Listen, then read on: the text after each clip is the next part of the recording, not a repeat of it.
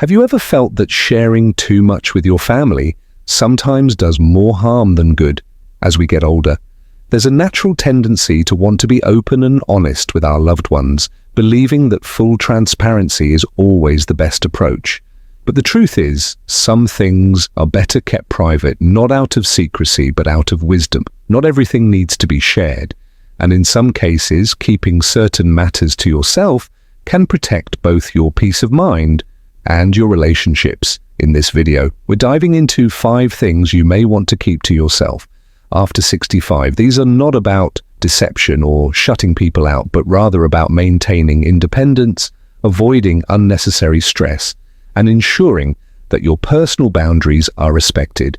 You might be surprised by how much peace can come from keeping a few select matters private.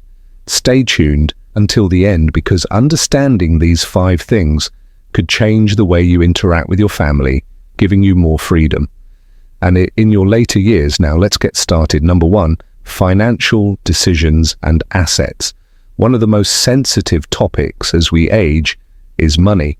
You might think that being completely open about your financial situation with your family will prevent misunderstandings, but in reality, it often creates more problems than it solves. Sharing every detail about your savings, investments, or even how much you've set aside for the future can lead to unsolicited advice pressure or even family conflicts, especially when different generations have different views on money. Some family members may mean well, but their concerns or opinions can start to feel like interference. And in some unfortunate cases, people who were once distant suddenly become very interested in your finances. Once they realize what you have, you might have seen it happen before. Someone in your age group shares their financial plans with their children, only to find that their decisions are questioned at every turn. Maybe you've seen a friend deal with constant pressure about how they should spend their money, whether it's being told they should downsize, invest differently, or set aside more for grandchildren. It's one thing to get advice when you ask for it, but when people start thinking they have a say in your personal choices, it can quickly become frustrating. And the reality is, once you let people in on your full financial picture, you can't take that knowledge back. There's also the matter of personal control. If your family starts seeing you as someone who's not making the best financial decisions, they might feel justified in stepping in sometimes with good intentions, but not always in a way that respects your independence. You might hear comments like, "Are you sure you should be spending that much?" Or "Wouldn't it be smarter to give some of that away now instead of later?" And even if no one directly pressures you, just knowing that others are watching and analyzing your choices can feel uncomfortable. This doesn't mean you should never talk about finances with your family. It's smart to have clear estate plans and to communicate necessary details when the time is right. But you don't have to share everything, the exact amount of money you have, what you spend on yourself, or even whether you've made a new investment. These are things that are yours to manage. If keeping some financial matters private allows you to enjoy your life without unnecessary opinions or pressure, then that's not secrecy, it's wisdom. Number 2, health concerns that are not urgent. As we age, it's natural to experience more health issues, and sometimes we feel the urge to share every little ache, pain, or discomfort with family. After all, they care about us and we want them to know what's going on. But there's a difference between keeping loved ones informed about important medical matters and overwhelming them with every minor issue. Constantly sharing every little health concern can sometimes create unnecessary worry, stress, or even lead family members to start making decisions for you before it's necessary. You might have experienced this before, mentioning a small issue like joint pain or fatigue, and suddenly finding yourself in the middle of a debate about whether you should see a doctor, change your diet, or take a new supplement. Family members, especially younger ones, often mean, well, but their concern can turn into pressure before you know it. They're researching treatments, scheduling appointments, or even making comments like, you really need to take better care of yourself, as if you haven't been managing your own health for decades. There's also a psychological side to this. If you constantly talk about your health issues, even the minor ones, your family may begin to see you as someone who is declining faster than you really are. They might start treating you differently, assuming that you're more fragile or incapable than you actually feel. And once people see you in that light, it can be difficult to change their perception. Suddenly they're hesitant to include you in certain activities, questioning your ability to travel, or suggesting that maybe you need extra help, when all you did was mention that your knees were aching more than usual. That day, of course, it's important to communicate major health concerns, especially when they impact daily life or require family support. But choosing to keep minor issues to yourself doesn't mean you're being dishonest. It simply means you're protecting your own autonomy. You have the right to manage your health without unnecessary interventions or stress. Sometimes silence is the best way to maintain control over your own well-being. If you're still watching this video and finding these insights valuable, please comment number 2 below to let me know you're here. And if you haven't subscribed yet, I recommend you subscribe and turn on the bell so you don't miss any videos. Your support helps us continue creating good content to inform and inspire you. Now let's move forward. Number 3, your true thoughts on family conflicts. Family dynamics can be complicated, and as we get older, we often find ourselves in the middle of situations we never asked to be part of. Siblings arguing over an inheritance, adult children holding grudges, extended family members who don't get along. These things happen in almost every family. When you've lived long enough, you've seen patterns repeat, old wounds resurface, and history repeat itself. It's tempting to step in, offer advice, or share exactly what you think about who's right and who's wrong, but more often than not, doing so only adds fuel to the fire. Maybe you've experienced this before, trying to mediate a dispute, only to find that both sides suddenly turn against you, or you offer a strong opinion, thinking you're helping, only to realize later that your words were taken the wrong way. The hard truth is that family conflicts have a way of sorting themselves out or not, regardless of your input. And when people finally do move on, they tend to remember what was said in the heat of the moment. If you take sides or express a strong opinion, you might find that even after the argument is long forgotten, the resentment toward you still lingers.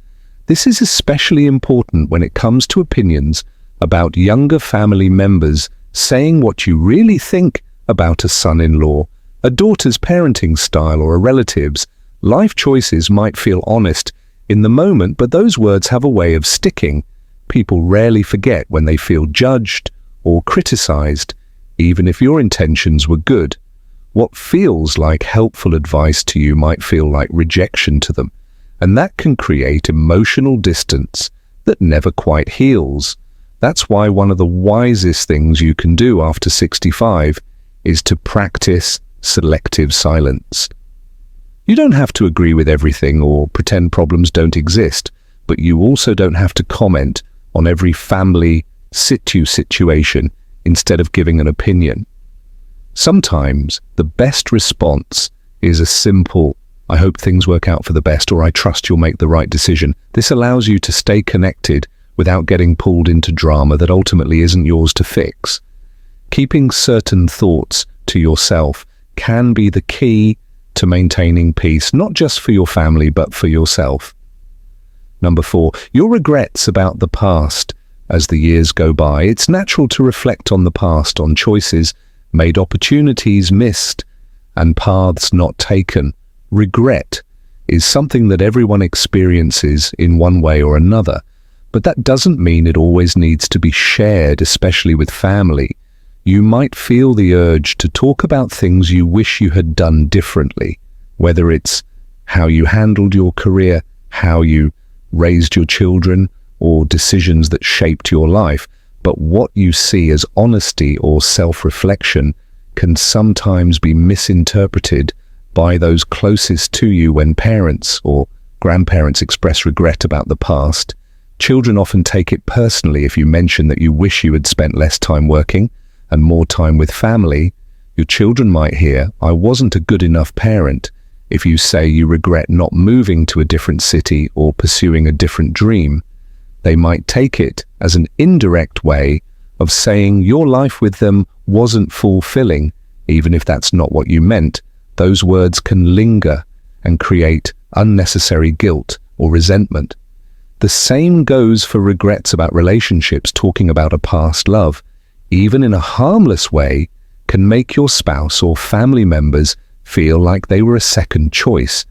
Even reflecting on friendships that drifted apart or opportunities that slipped away can shift the way people see you. Instead of remembering the strong, resilient person they've always known, they might start seeing you as someone who is stuck in the past. That's why some regrets are best kept to yourself. It's okay to think about them, to process them, and even to learn from them, but dwelling on them in front of family doesn't change what's already happened. More often than not, it only places a burden on those who love you. The past can't be rewritten, but the way you carry it forward is entirely up to you. If you're still watching this video and finding these insights valuable, please comment number 4 below to let me know you're here. And if you haven't subscribed yet, I recommend you subscribe and turn on the bell so you don't miss any videos.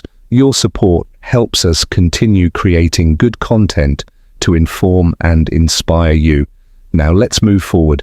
Number 5, the full extent of your financial situation. Money is one of the most complicated topics in any family. It can bring people together, but it can also create tension, misunderstandings, and even conflict. As you get older, you may feel the need to share more details about your financial situation with your family, whether it's how much you've saved, what you plan to leave behind, or even financial struggles you're facing. While there are some cases where it makes sense to discuss certain financial matters, being too open about money can sometimes do more harm than good. One of the biggest risks of revealing too much about your finances is that it can change how people treat you.